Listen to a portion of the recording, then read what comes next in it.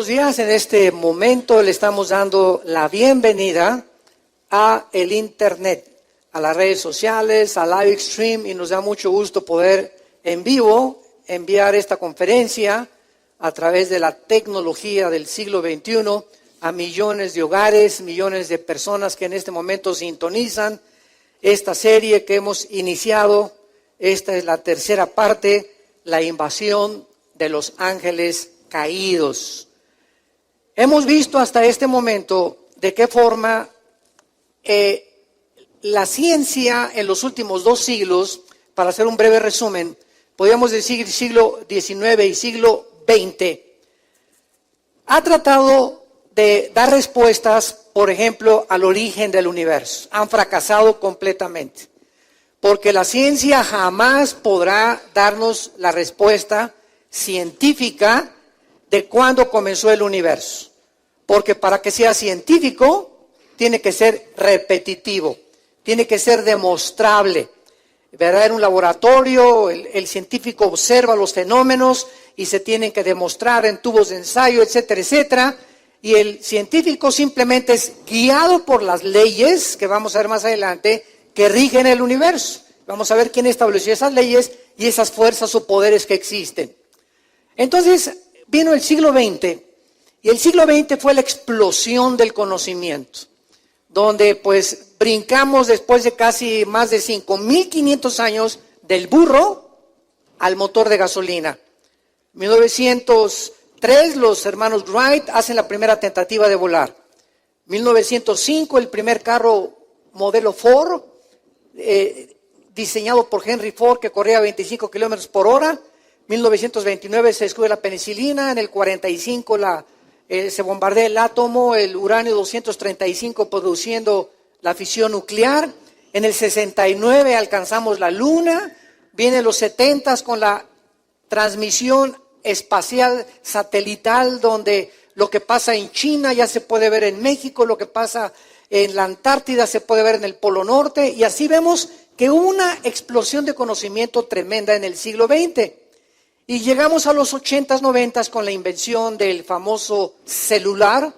Ahora ya no son celulares, ¿verdad? Me acuerdo el primero era como un tabique en los 80, no sé cuántos se acuerdan ustedes, el primer celular era así un aparatote grandote con una antenota, y tenías que traer la caja ahí en la cajuela de tu carro.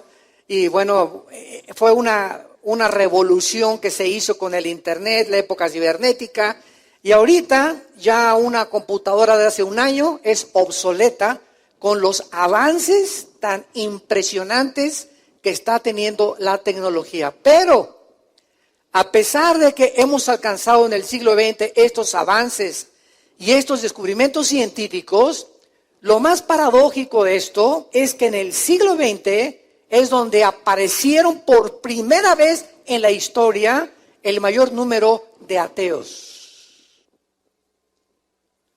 Nunca en la historia había habido tal resurgimiento del ateísmo como en el siglo XX. Antes del siglo XX tenemos nosotros a Blaise Pascal, que era cristiano, tenemos a Maxwell, que era cristiano, tenemos a Isaac Newton, que era cristiano, Luis Pasteur, al mismo Alberto Einstein, que él dijo, ¿verdad?, que no se podía jugar a los dados con el universo, y de repente, ¿verdad?, surgió el siglo XX que ensoberbeció al ser humano. Entonces, la ciencia pues no ha podido definir, ¿verdad?, cómo puede realmente, qué respuestas dar al origen del universo, al origen del ser humano, y se han inventado teorías, que venimos de chita, que venimos de los animales, de un proceso de selección natural, y que evolucionamos, como lo vamos a ver más adelante, de una sola célula, de una menjurje ahí que hubo de químicos, y ahí explotó todo, y ahí surgió la vida. Pero antes de que Jesucristo regrese, que ya se escuchan los caballos del Apocalipsis en el cielo, la Biblia profetizó en Daniel 12, versículo 4, que el conocimiento aumentaría y que los entendidos iban a entender. ¿Qué cosa es lo que vamos a entender? Que mientras más cerca estemos de la culminación de la historia humana, más luz vamos a tener para entender los misterios que están escondidos al empirismo ¿Qué es el empirismo? Es la filosofía que trata los ateos y que dicen: yo no creo lo que no veo, lo que no oigo, lo que no huelo o lo que no siento. El empirismo habla de una limitación del mundo que nos rodea invisible. Entonces, los ateos basan toda su filosofía y sus creencias en el empirismo. Yo, si no lo oigo, si no lo tiento, si no lo veo, no lo creo. Entonces, esta limitación que tienen ellos les ha impedido entender que estamos rodeados de un mundo invisible, espiritual, con entidades reales que existieron antes que nosotros y que solo, desgraciadamente para ellos, porque no consideran la revelación bíblica, para ellos es obsoleto creer lo que la Biblia dice. Pero conforme nos vamos acercando más y más a la culminación de la historia, ahora los mismos ateos como Richard Dawkins, que fue uno de los principales ateos que han dirigido en los últimos años el ateísmo, han comenzado a convencerse de que realmente hay cosas en la Biblia que la ciencia no puede explicar y que cuando se descubren, la Biblia lo decía con siglos de anticipación. Y acaban poniendo en sus bitácoras: y la Biblia tenía razón. Entonces, esta serie que estamos nosotros analizando, la invasión de los ángeles caídos, es una serie en la que estamos tratando de demostrar que en el mundo en el que tú y yo vivimos existen construcciones, existen edificios que era imposible que los seres humanos los hubiéramos edificado. ¿De qué estoy hablando? Las pirámides de Egipto, las construcciones en Stonehenge en Inglaterra, las ruinas de Machu Picchu en el Perú, en Bolivia, en Jordania, Arabia Saudita, Etiopía, Marruecos. Hay megalíticos erigidos de hace más de 5,000 años. ¿Qué es un megalítico? ¿O cuáles son las piedras megalíticas? Mega en el griego es enorme o grandísimo. Estamos hablando de construcciones de piedras de más de 100 toneladas de peso, que hace 5,000 años era imposible, no tenían ni las grúas ni la capacidad de montar las piedras como las encontramos y lo hemos venido desarrollando y describiendo, y que era imposible que sin calculadora, sin computadora, sin calendarios, pudieran los mayas, por ejemplo, haber podido realizar el calendario lunar y el calendario solar de 365 días, y sin que ellos hayan tenido absolutamente ningún conocimiento, ni hace 6,000 años que eran granjeros y que eran rancheros, pudieran haber tenido los instrumentos que están azorados los científicos del siglo XXI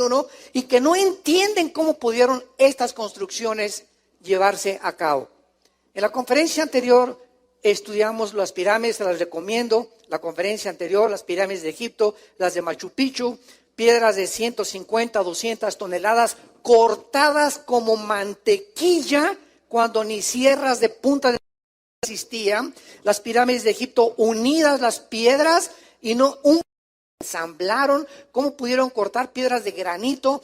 ¿Quién les reveló hace 6,000, 5,000, 6,000 años el sistema de impermeabilización que tienen las pirámides de Egipto? ¿Por qué están orientadas todas hacia el cielo y a los 4 puntos cardinales y a los símbolos del zodíaco? ¿Qué es lo que está pasando? Que al mismo tiempo que las pirámides de Stonehenge en Inglaterra y las de Perú, de Machu Picchu y las de México, ¿cómo es posible que se hayan puesto de acuerdo en hacer las mismas edificaciones, con las mismas piedras, con las casi similares construcciones, si no había WhatsApp? No tenían internet, no tenían manera de comunicarse. ¿Cómo es posible que hayan podido hacer lo mismo en diferentes partes del mundo? Esta coincidencia no es accidente. Y vamos a ver pues entonces que detrás de todas estas cosas existe un mundo invisible que la Biblia nos revela, de ángeles caídos, que están en la tierra todavía actuando y que hace 4,000, 5,000 años pudieron transmitir este conocimiento a los seres humanos y que ahora estudiantes de los famosos ovnis dicen que fueron extraterrestres. Y por algún lado tienen razón, porque los ángeles caídos sí son extraterrestres, pero no son los extraterrestres que están imaginándose, los que están por aquí metiéndose, que de Plutón o de Júpiter, etcétera, etcétera, sino que son seres invisibles que existieron antes que nosotros, con el único propósito de engañarnos a nosotros. Dejaron la huella en este mundo. ¿Por qué? Porque antes de que el hombre existiera aquí en la tierra, este planeta fue habitado por ellos. Antes de que Dios recreara en el versículo 3 del Génesis capítulo 1 la recreación, en el primer versículo es la creación bara de la nada. Elohim bara, Bereshit Elohim bara a Samayim Haaretz, dice en el hebreo. En el principio Dios creó, y la palabra crear es bara con B grande, que es de la nada. De la nada Dios hizo, lo confirma Hebreos 11:3, porque las cosas que se ven fueron hechas de lo que no se veía. Ahí está la creación original de todo el universo. Pero en el versículo 2, algo sucedió, que la tierra fue cubierta por agua, se oscureció, estaba en un estado de desolación caótico, que tuvo que intervenir el Espíritu Santo. Y en el versículo 3, Dios hace aparecer de las tinieblas la luz. Hágase la luz, la energía. Pero ya existía el sol, ya existía la luna, no fueron creados en el tercer versículo, fueron ya puestos y fueron puestos en marcha, en acción. Entonces vemos que antes de nosotros había una creación angelical. Y esto lo comprueban todas las páginas del Nuevo Testamento. Por ejemplo, en Job 28 dice la Biblia que los ángeles, cuando estaba Dios midiendo la tierra de una forma radiométrica, y estaba calculando el punto entre el polo norte y el polo sur Dios, y la circunferencia que tenía que tener la tierra, y la velocidad que la tierra necesitaba para que hubiera vida y pudiera girar en 24 horas y en 365 días alrededor del sol, y la distancia que tenía que tener la tierra exactamente del sol para que hubiera vida, y la necesidad que hubiera 4 estaciones, y la combinación de gases de oxígeno y nitrógeno que necesitamos para respirar, y porque es el único lugar en nuestra Vía Láctea donde hay oxígeno, aunque digan, se descubrieron 7 planetas y parecidos a la Tierra. ¿Y qué? No hay oxígeno. Estamos esperando salirnos del planeta hermosísimo que Dios nos hizo para con algún día la esperanza. Pues es que ya no veas tanto la guerra de las galaxias. Y todavía mantenemos ese sueño utópico. Vamos a conquistar el universo, cuando el mismo Alberto Einstein lo negó y lo dijo. La velocidad y el tiempo impedirán que el hombre salga de la Tierra, porque si un astronauta sale, ya no vamos a aspirarnos a Saturno y Plutón y otras galaxias y las estrellas. Vamos nada más hasta Marte. Para que un hombre salga a Marte y regrese, no podría regresar, porque en el universo el tiempo no existe. Y si un astronauta de 30 años saliera de la Tierra hacia el universo o hacia Marte y tuviera 30 años de edad y la esposa 25 años de edad, cuando él regresara, la esposa le doblaría la edad por la cuestión del tiempo, y tendría que viajar a la velocidad de la luz, 300,000 kilómetros por segundo, para poder llegar, y tardaría más de 10 o 15 años luz para poder realizar el sueño utópico. Yo le llamo marihuano de los seres humanos.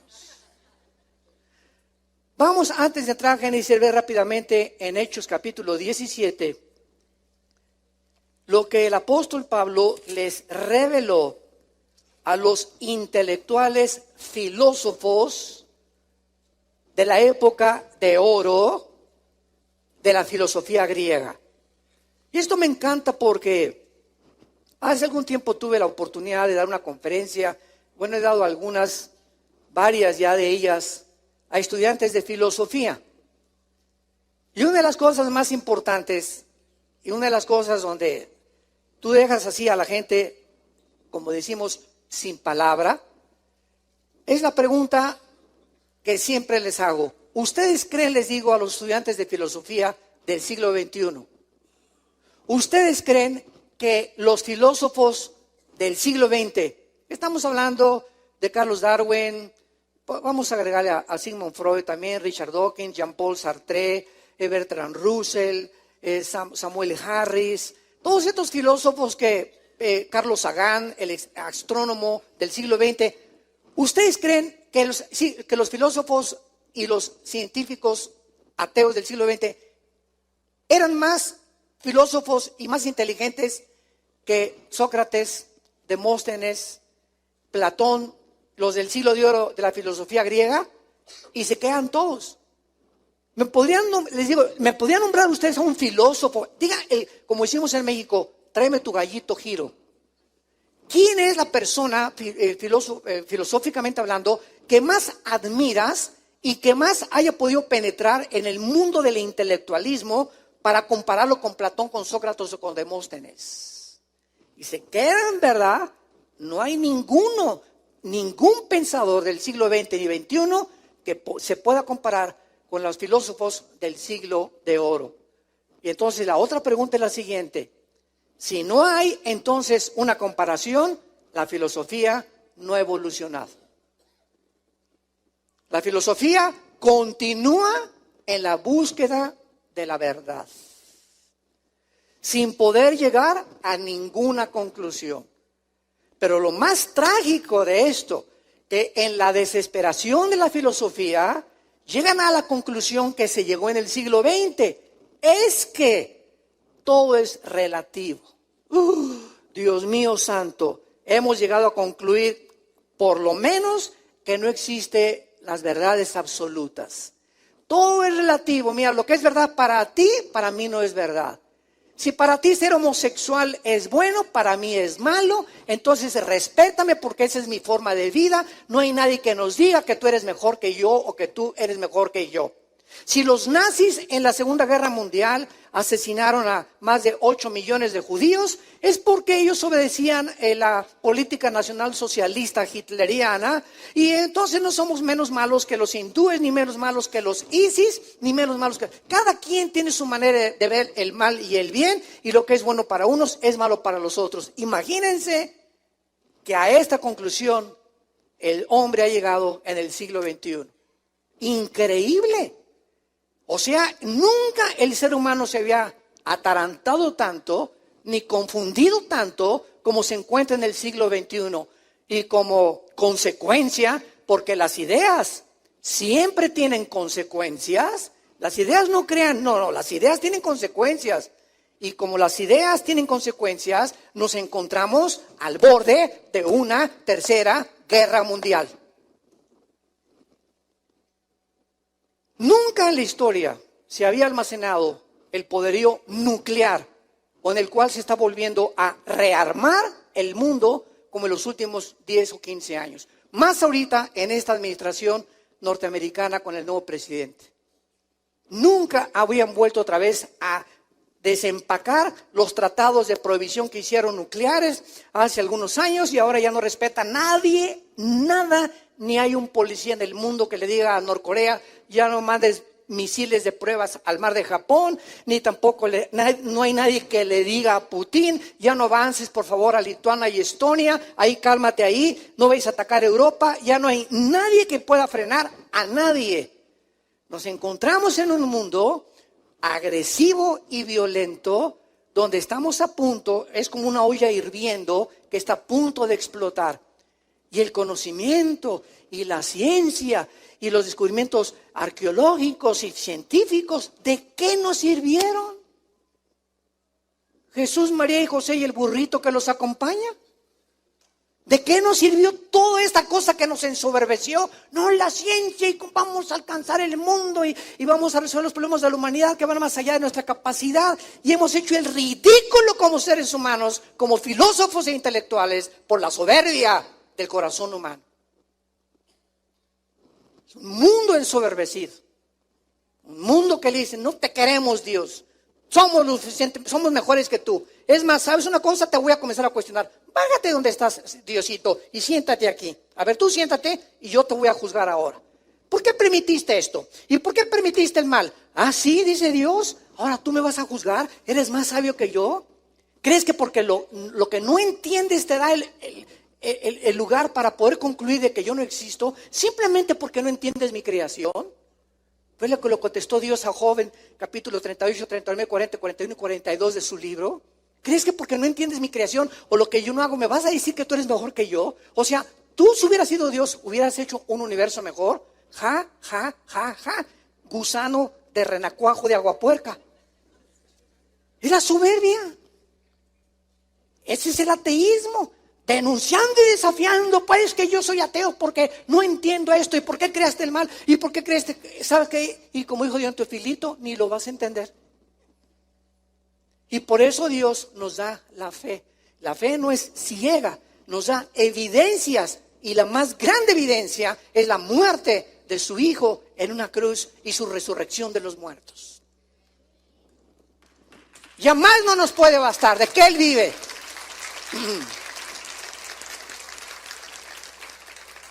En Hechos 17, el apóstol Pablo llega a Atenas, en el siglo de oro de la filosofía.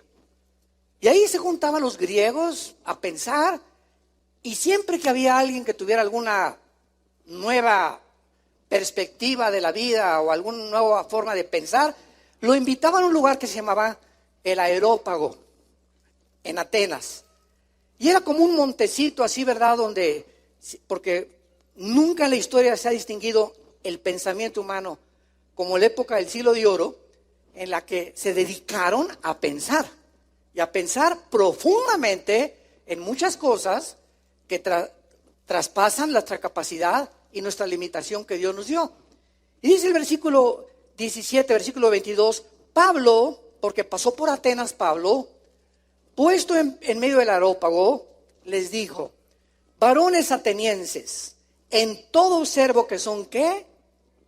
Lo primero que Pablo distingue y observa era la increíble religiosidad de estos grandes pensadores que no eran ateos.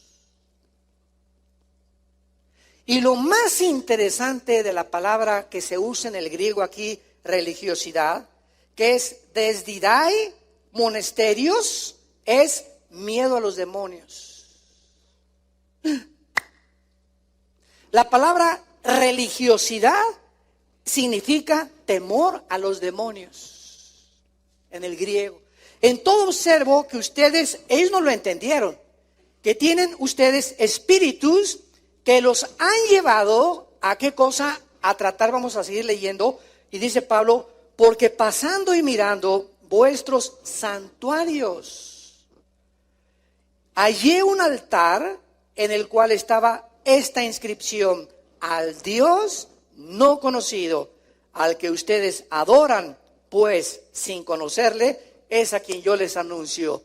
Pablo entra al Areópago y ve que por todos lados había altares de los griegos. ¿Saben ustedes lo que es un altar? Ahorita actualmente, desgraciadamente, se está volviendo otra vez en muchas iglesias la costumbre de pasen al altar y creen que el altar es venir a hincarse aquí. ¿Sabes una cosa? La palabra altar significa, apúntalo, el lugar del sacrificio. Y bajo el Nuevo Testamento ya no hay altares más que el que traes tú y yo en el corazón. Ahora, el sacrificio ya fue hecho por Cristo en la cruz. Y si lo queremos adorar, lo adoramos en el altar de nuestro corazón. Ya no hay ningún altar donde podemos decir a la persona, pasen al altar. ¿Por qué? Porque el altar ahora está dentro de nosotros.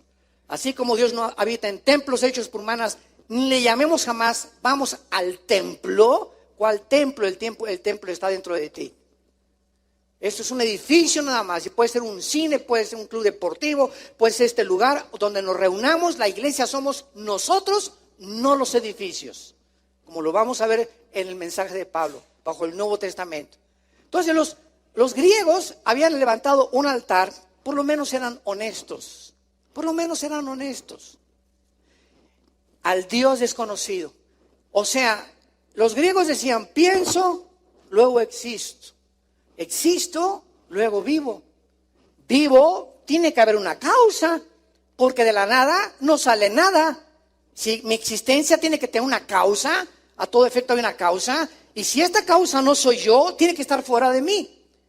Y los griegos no tenían la revelación de Jesucristo.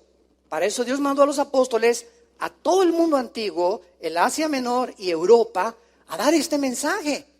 De que ese Dios que la gente adora en las religiones, los hindúes, los musulmanes, somos incorregiblemente religiosos a través de la historia y adoramos lo que no sabemos, y si no tenemos un Dios, levantamos una piedra y le hacemos una forma humana, o agarramos madera y comenzamos a cortar madera y hacemos un ídolo de la madera o del yeso, del cemento, y después de aquello que hicimos con nuestras manos nos hincamos a adorar obra de nuestra propia creación. Imagínense nada más. Y ahí están, ¿verdad? Santos que levantamos y estatuas y ídolos que levantamos. ¿Quién los hizo? Los hicimos nosotros. Monumentos e ídolos que tienen ojos y no ven, tienen oídos y no oyen, no caminan. No hay espíritu dentro de ellos. Y ante ellos nos hincamos a adorarlos. Porque ignoramos quién es el verdadero Dios y Padre, creador del universo, Padre de Jesucristo, que se reveló en las sagradas escrituras que se llaman la Biblia, que tienes tú y que tengo yo. Gloria a Dios, bendito sea el nombre del Hijo de Dios, que nos ha revelado su voluntad.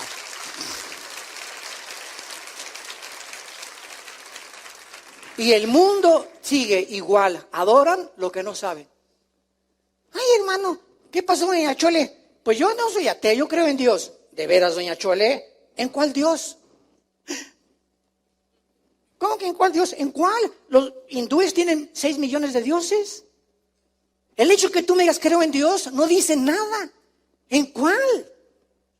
Puede ser el Dios que tú te fabricaste, al que tú sigues tus reglas. No, mi Dios me perdona. Y con mi Dios yo puedo fornicar y me puedo emborrachar. Y si voy el domingo y cumplo, durante semana me persino o doy mi dinero y ese Dios me perdona. Ese es el Dios que tú te fabricaste. Es el Dios que tú has inventado a tu propia conveniencia, porque no te quieres someter al Dios vivo y verdadero. Esa es la gran contradicción que existe cuando una persona dice creo en Dios. Yo le contesto, el diablo no es ateo. ¿Sabían ustedes eso, verdad? El diablo cree en Dios, pero no lo obedece. Entonces no basta decir creo en Dios. Pablo continúa diciendo, es a quien yo les anuncio. Y vean el versículo 24, que es el punto que queremos aclarar del universo. Y dice así, Pablo, el Dios que hizo el mundo y todas las cosas que en él hay, siendo Señor del cielo y de la tierra, no habita en templos hechos por manos humanas, por el amor de Dios. Ni es honrado por manos de hombres como si necesitase de algo. Ay, Diosito, te traigo este pancito de muerto, te traigo esta veladora, te traigo esto, te traigo aquello. Él no necesita eso de nosotros. Pero ¿por qué lo hacíamos muchos de nosotros? Porque no lo conocíamos. Porque no teníamos el conocimiento de la Biblia. Y millones de personas alrededor del mundo, tus familiares, primos, amigos en la escuela, políticos, deportistas, artistas, siguen haciendo lo mismo porque no hay quien les diga la verdad. Y para eso Dios nos ha enviado un mundo necesitado. El mundo nos necesita, somos la luz del mundo. Es el mensaje que tenemos que entregar. Él no habita en templos de manos humanas. No hay nada que le podamos traer a Dios y te ofrezco mi perrito, te ofrezco a mi hijo. Nada, Él nos ofreció a su Hijo por el amor de Dios en una cruz. ¿Quién podría superar el sacrificio de Jesús en la cruz? Nadie. Pero por nuestra ignorancia hacemos todas las cosas que hacemos. Y continúa Pablo diciendo en el versículo 25, ni es honrado por manos de hombres como si necesitara de algo, pues Él es quien da a todos vida y aliento y todas las cosas. Y de una sangre ha hecho todo el linaje de los hombres. Damas y caballeros, esto fue escrito hace 2000 años. Ya Pablo decía, antes que se descubriera la circulación de la sangre, médicos que nos acompañan, antes de que se descubriera la circulación de la sangre, ya Pablo decía, aunque tengas RH negativo o positivo o sangre universal, es sangre humana. Sácale la sangre a un chango y es diferente a la de nosotros. Y si tú crees que venimos de la evolución, cuando haya necesidad de hacer transfusión de sangre, dile al doctor que te traiga sangre de un chimpancé. La misma biología y el ADN, el ácido desoxirribonucleico que está en cada una de nuestras células, niega que podamos ser iguales. De una sangre nos ha hecho todos, dice Pablo. Y dice a continuación, para que habitemos ¿dónde? Para que habitemos en Marte. Vámonos de luna y miel a la luna. ¿Estás loco? Prefiero Cancún, la Riviera Maya, 1000 veces. Además, en la luna con la escafandra ni beso le das a tu novia. Para que Él hizo todo lo que hizo en este planeta, porque aquí nos colocó. Este es el jardín del Edén que Él puso originalmente, y todo lo demás que nos rodea es árido, sin oxígeno, sin las condiciones que el único planeta que tiene es el planeta Tierra. Bellísimo, con cascadas, con mares, con aire, con oxígeno, con ríos, con vegetación, con pájaros incomparables de miles de colores, con escenas increíbles, con bosques, con jardines, y toda esta casa que Dios nos hizo para habitarla, porque nos ama, la convertimos en un basurero. Hemos echado a perder el agua, el aire, la comida, los alimentos, el mar, millones de litros de petróleo derramados, y cuando llegamos al siglo XXI ya no hay aire casi en ningún lugar del mundo que sea puro para respirar. Y después, Dios las guerras, y Dios esto, espérame tantito, nosotros somos los responsables de lo que hemos hecho con el mundo.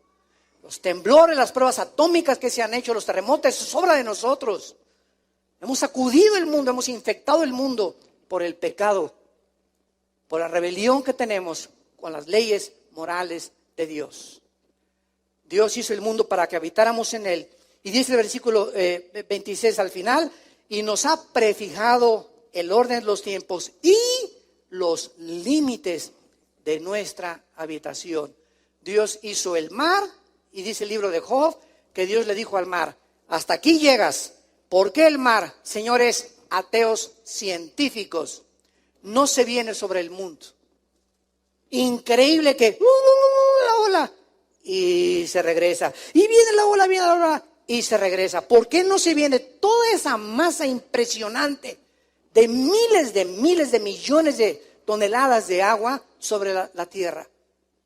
¿Qué es lo que detiene al mar? Dice la Biblia, Dios le prefijó el orden al mar y le dijo, hasta acá llegas.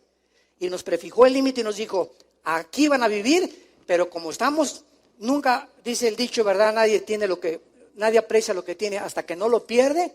Ya estamos hartos del mundo, ya estamos hartos de Monterrey y Guadalajara y todo este smog y Shanghái y la China, esto y el otro, y guerras por aquí. Y vámonos al espacio. Y comenzamos a soñar sueños marihuanos. Vámonos a la Marte, sí, los extraterrestres y los platillos voladores van a venir a rescatarnos. Y comenzamos a inventar imaginaciones, tratando de escapar de un Salvador que nos hizo a su imagen y semejanza, porque no queremos reconocer la soberanía y la sumisión que necesitamos tener a Dios. Pues la Biblia hace 2000 años estableció que el hombre nunca conquistaría el espacio. Llegamos a la luna, hicimos pininos y mandamos naves por aquí, por allá, esto y el otro, regresan y se desaparecen. Y además, para terminar este tema, el día que el hombre llegara a Marte, suponiendo que llegáramos, o que llegáramos a Mercurio, que llegáramos a Venus, los más cercanos, ¿saben ustedes cuál sería el propósito y la razón por la cual los países quieren llegar a estos planetas? Siempre con motivos bélicos. Poner desde allá un cañón apuntando a la Tierra. Y allá arriba, si llega el de Corea del Norte, a ver, chinitos, a todos ustedes allá abajo. Ahora, desde aquí tengo el poder en el momento que no se sometan a mis demandas y comience el chantaje, desde aquí me los echo a todos. Y pondría al mundo de rodillas, fuera esa nación u otra nación, pero siempre habría la capacidad humana y la tendencia humana de dominar y controlar el mundo. Y lo dijo Jesús, los hombres y los gobernantes se enseñorean de las naciones y os oprimen, mas el Hijo del Hombre ha venido para servirlos y dar su vida en rescate por muchos. Entre ustedes, nosotros, los que estamos comenzando a conocer la verdad, no debe ser así. Entre ustedes, el más grande es el que le lava los pies a los demás. Entre ustedes, el más grande no es el que es servido, sino el que se convierte en siervos de los demás. ¿A cuánta gente tú como cristiano sirves? ¿A cuántos orfanatorios vas una vez al mes? ¿A cuántos asilos abrazar a los viejitos? ¿Cuánta gente pasando? Ahorita veníamos aquí a la iglesia y cuántos niños pobres, niñas de 6, 7 años así, chamuqueo, con paletitas, me compraron una, quítate chamaca. ¿Y cuánto es una limona? 5, 10 pesos. ¿Qué son 5, 10 pesos ahorita para una muchacha así? Ni siquiera puedo comprar un refresco, un medio litro de leche. Pero ya tenemos un corazón tan cerrado que ya no nos interesa nada más que nosotros y nuestros propios intereses. Y ese es el peligro del cristianismo, que nos convertamos en robots, donde perdamos ya los sentimientos y el corazón de Jesús por las almas. Y comencemos a ir para nosotros nada más.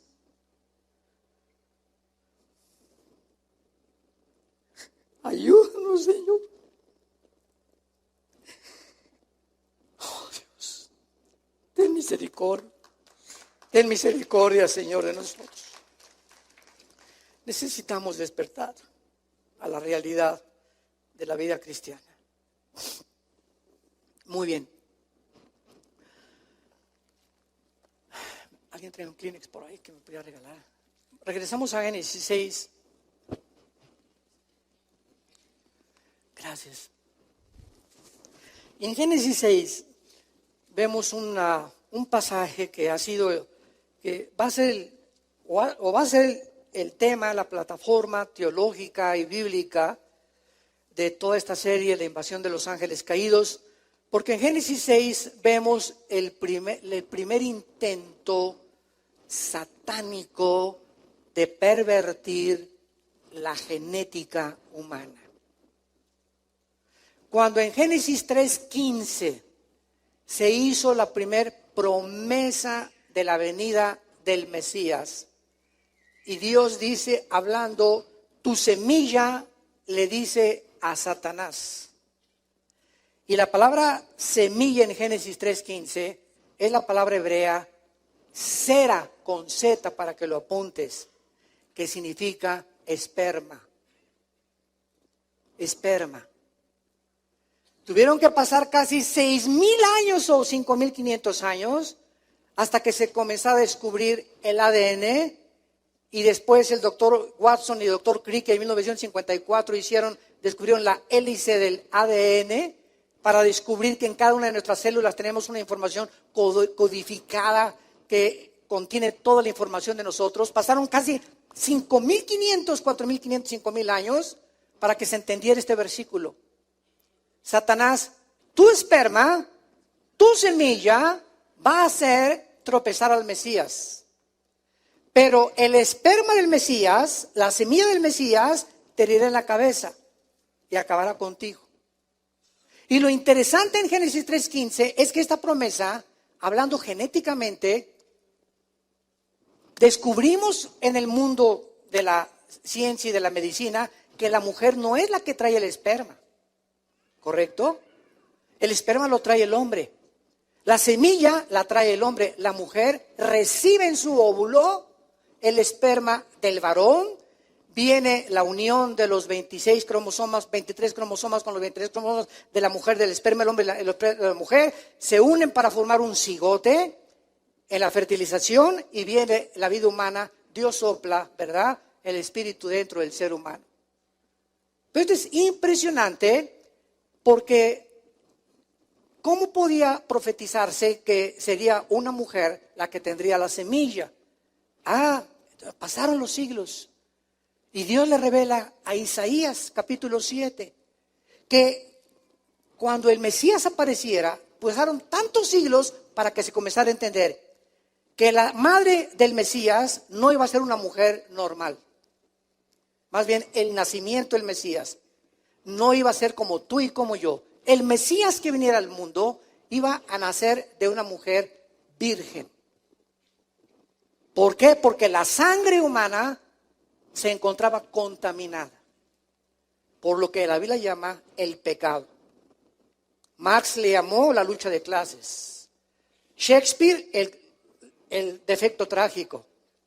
Carlos Darwin, la evolución o el problema de las especies. Sigmund Freud, el medio ambiente o la sexualidad. Todos han tratado de buscar cuál es el problema humano. Pero la Biblia nos muestra que es el pecado. Nacimos infectados por una maldad impresionante en el corazón y por eso los niños desde chiquitos los ves ya manifestando que no les enseñas nunca a portarse mal. Les enseñamos a los niños ¿a qué? A portarse bien, porque el mal lo traen desde el nacimiento. ¿O no es cierto? A ningún niño le enseñas a portarse mal. Mira, escupe tu espagueti. Escúpele los complexos ahorita a tu abuela cuando venga a sentarse aquí y le haces así, y le haces así. ¿Verdad que a nadie le enseña eso a sus niños? Ni el peor de los hombres, solito, ¿verdad? Y a los 2 años son los peores dictadores de una casa. Y tienen una voluntad que demandan que se les obedezca. Y si no, como reguiletes en el hasta que se les dé el capricho. Y entramos los padres a tratar de comenzar a despegar esa tendencia con la cual nacen nuestros hijos y todos nosotros también, para que entendamos que no podemos vivir en rebelión toda nuestra vida contra la autoridad. Tú no puedes crecer creyendo que siempre va a ser tu voluntad. Te tienes que someter cuando nazcas a tus papás, vas a la escuela, te vas a someter a tus maestros, cuando seas ciudadano vas a obedecer a la policía, vas a obedecer los semáforos. Siempre habrá autoridad a quien someternos, porque no somos autónomos ni somos seres que podemos hacer lo que nos da la gana. Somos libres, pero no convirtamos la libertad en libertinaje, que es una grande diferencia. Hay leyes que tenemos que someternos si queremos que nos vaya bien en la vida. Entonces aquí en Génesis 6 hubo un ataque, que ya lo mencioné y lo vamos a estudiar más adelante también con más profundidad, de ángeles que abandonaron su morada caídos. De alguna manera alteraron la genética de las mujeres y como consecuencia y resultado de esta unión angelical con las mujeres humanas, no sabemos si fueron relaciones como tú, como mi esposa y yo tenemos, o como los que estamos casados. No sabemos qué tipo de mezcla hubo ahí. Lo único que sabemos ahora, en el siglo XXI, es que Satanás tiene el poder de entrar al cuerpo humano y alterar los nervios ópticos, alterar mis oídos. Se pueden meter 6,000 demonios al cuerpo de un ser humano, a sus músculos, y darle fuerzas como las de Sansón. Pueden entrar y alterar tu ritmo cardíaco. Pueden entrar a tu estómago y descomponer tus intestinos. Pueden entrar a las neuronas, a los billones de neuronas del cerebro, y desconectar ciertos alambres para producir en un ser humano desórdenes mentales, psicopatías, esquizofrenias, neurosis, ataques de pánico. Tienen esa capacidad que no había sido estudiada por muchos siglos. Y si tienen esas capacidades, no tendrán también acceso al sexo, a alterar las relaciones sexuales y producir mientras una mujer tiene algo en su matriz, ¿verdad? Y en desarrollo, no podían alterar y convertir monstruos para nacer. Claro que sí, la Biblia nos los dijo hace miles de años. Como resultado, entre esta unión ángeles-mujeres, nacieron los Nepilim. Versículo 4. Había gigantes en la tierra en aquellos días. Esa palabra gigantes es Nefilim. En la otra conferencia que ahorita sigue voy a hablar extensamente sobre ellos. Y estos gigantes medían 4 o 5 metros de estatura y tenían 12 dedos en las manos y 12 dedos en los pies, de acuerdo a 2 Samuel 21, Deuteronomio 2, Deuteronomio 3. Lo vamos a ver, Números capítulo 13. Eran monstruos que no pudieron haber venido del resultado de una unión natural entre un hombre y una mujer.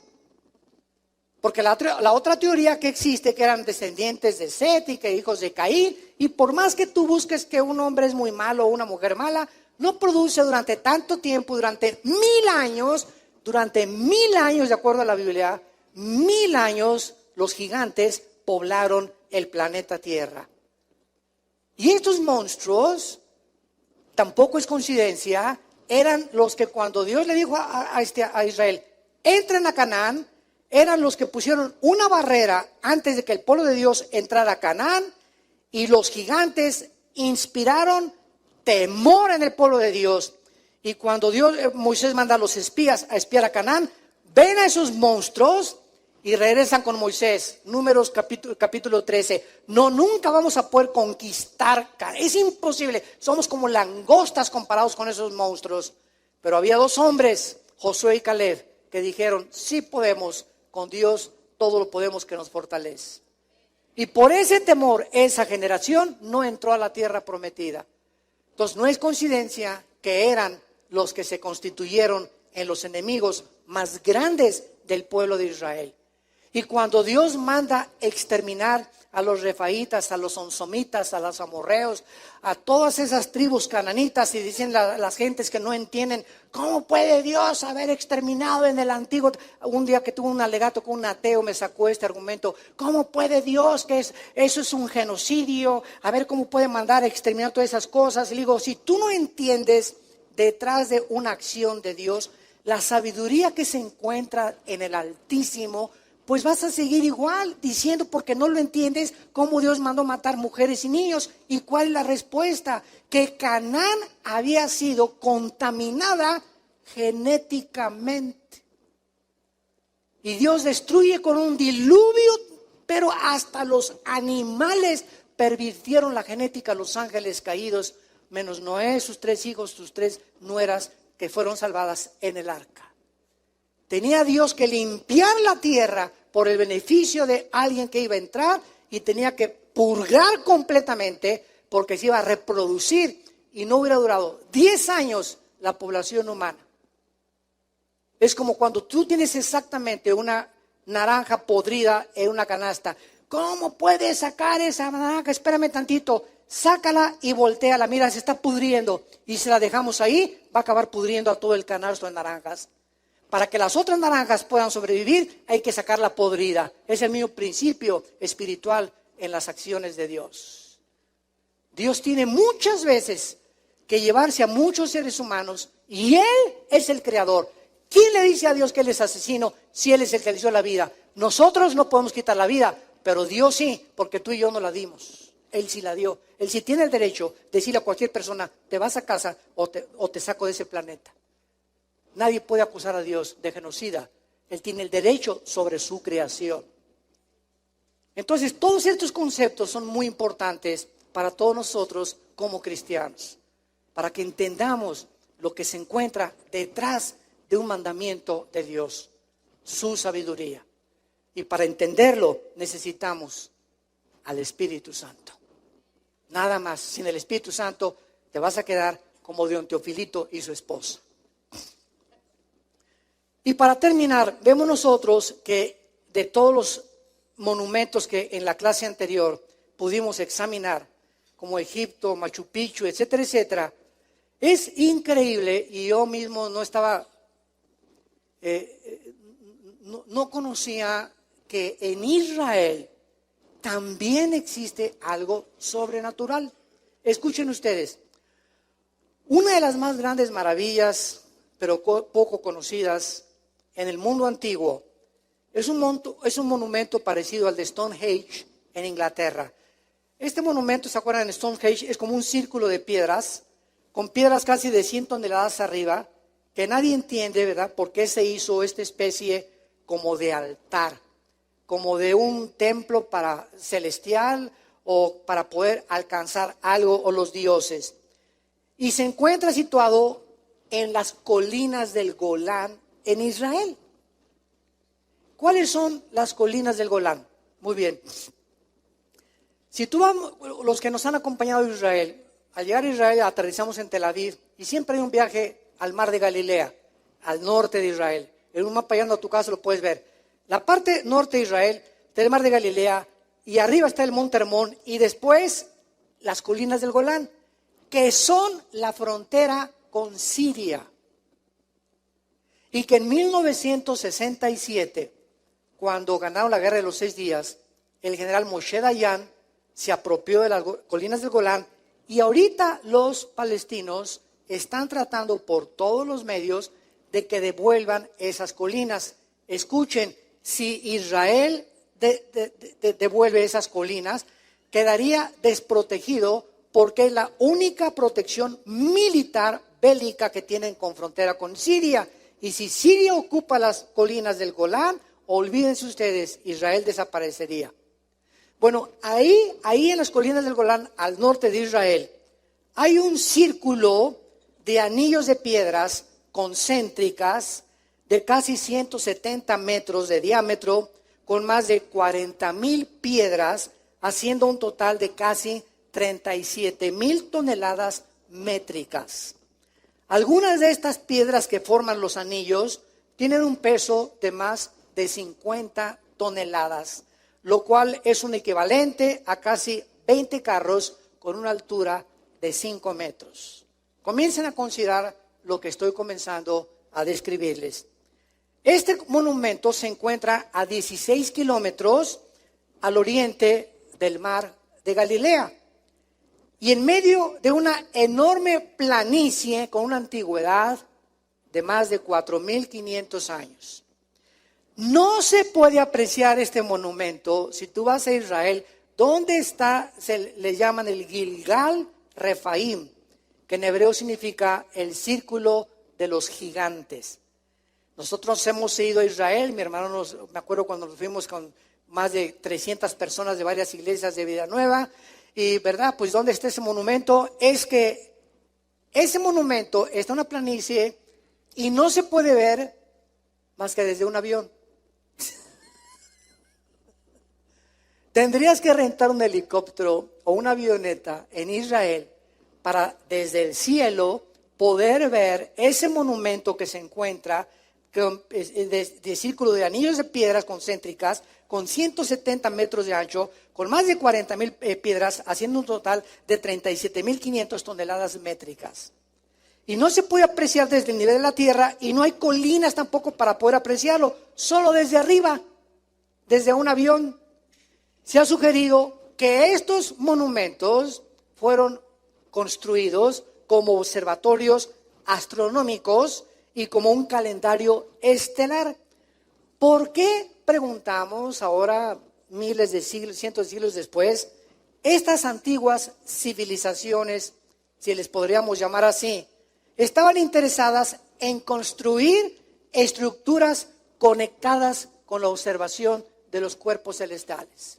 Mayas, Machu Picchu, las pirámides de Egipto, estos círculos en Israel, las de Stonehenge, todo esto que fue descubierto en el mundo y en lo cual la ciencia no tiene respuestas.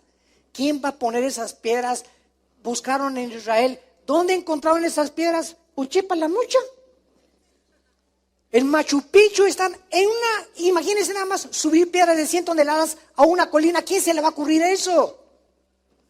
En cañadas, en precipicios, en lugares desérticos como las pirámides de Egipto. ¿De dónde trajeron esas piedras? Y han buscado por todos lados de dónde las trajeron. Y son el sello de la civilización que existió antes que nosotros. Y siempre están apuntando todos como observatorios conectados con la observación de los cuerpos celestiales, al igual que las pirámides en Chichén Itzá, en el Yucatán de los mayas.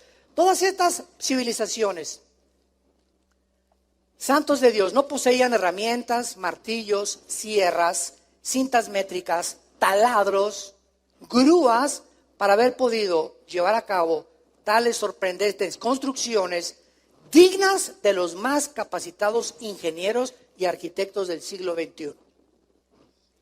Además, los sitios que escogieron, como acabo de mencionar, desafían cualquier lógica elemental. Desiertos, cañadas, montes increíblemente altos, islas.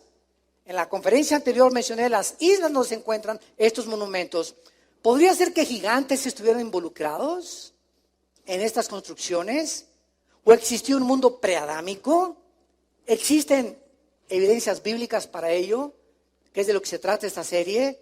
¿Por qué diversas culturas, que ahí está la muestra, poblaron este planeta en lugares diferentes geográficos y donde no había comunicación entre unas y otras, se pusieron de acuerdo para construir monumentos megalíticos? Si todas estas construcciones, pregunta, fueron edificadas por humanos, ¿qué estaban pensando al construirlas?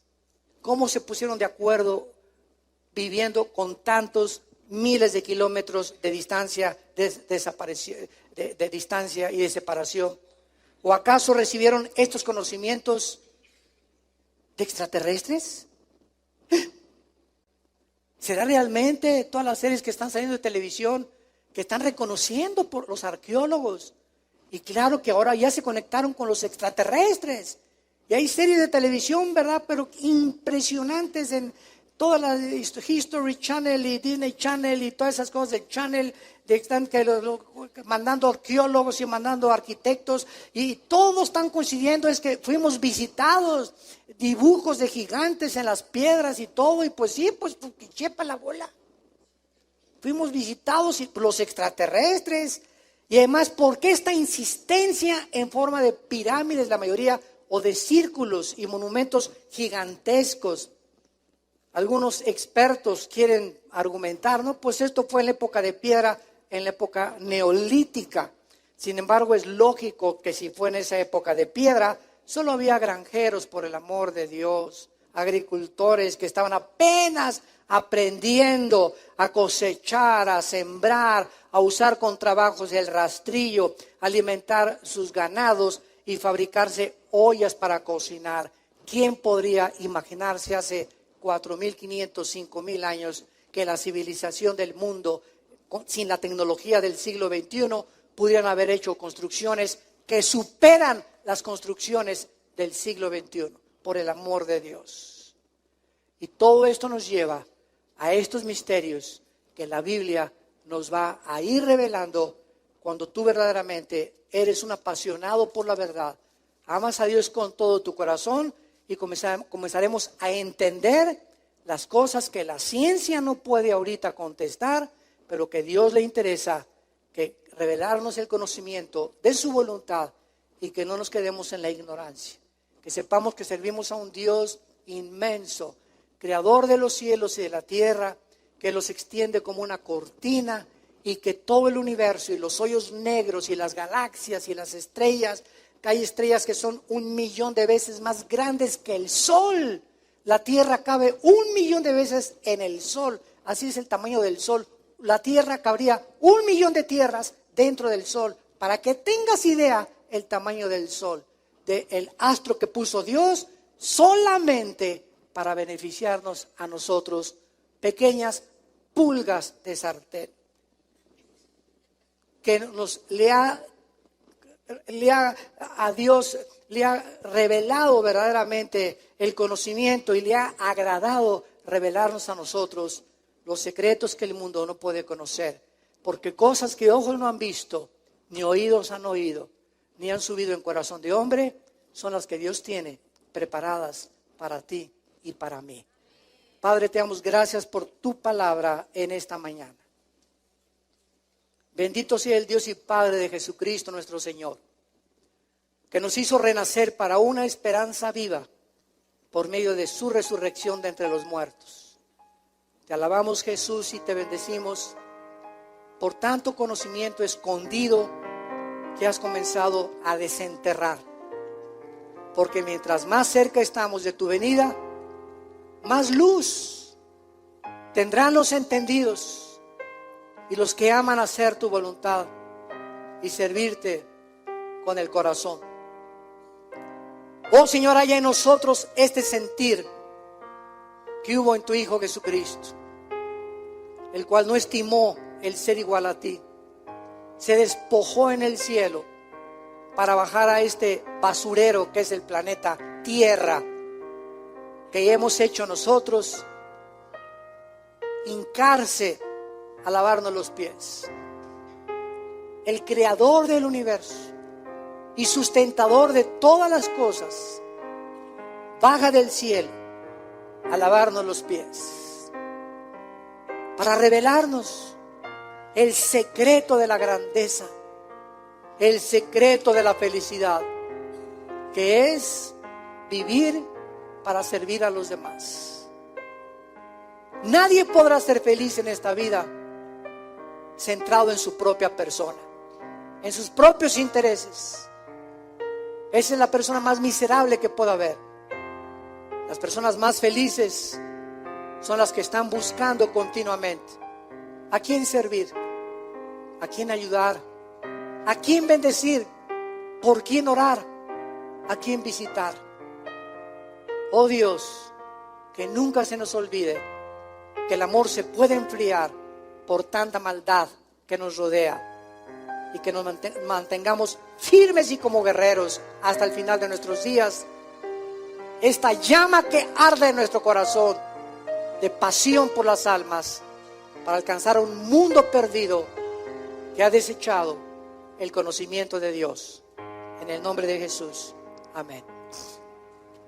Gracias a Dios por su palabra. Les pido a todos que nos pongamos de pie. Los que quieran recibir esta bendición la pueden hacer, y si quieres extender tu mano hacia acá, lo puedes hacer. Si no, no hay ningún problema. Dios en esta mañana ha abierto tu corazón para oír su voz a través de la Biblia. Entrégale esta mañana tu vida a Jesucristo. Arrepiéntete de tus pecados y pídele que entre a tu vida como tu Señor y Salvador. Dios bendiga a tus padres y Dios bendiga a tus hijos.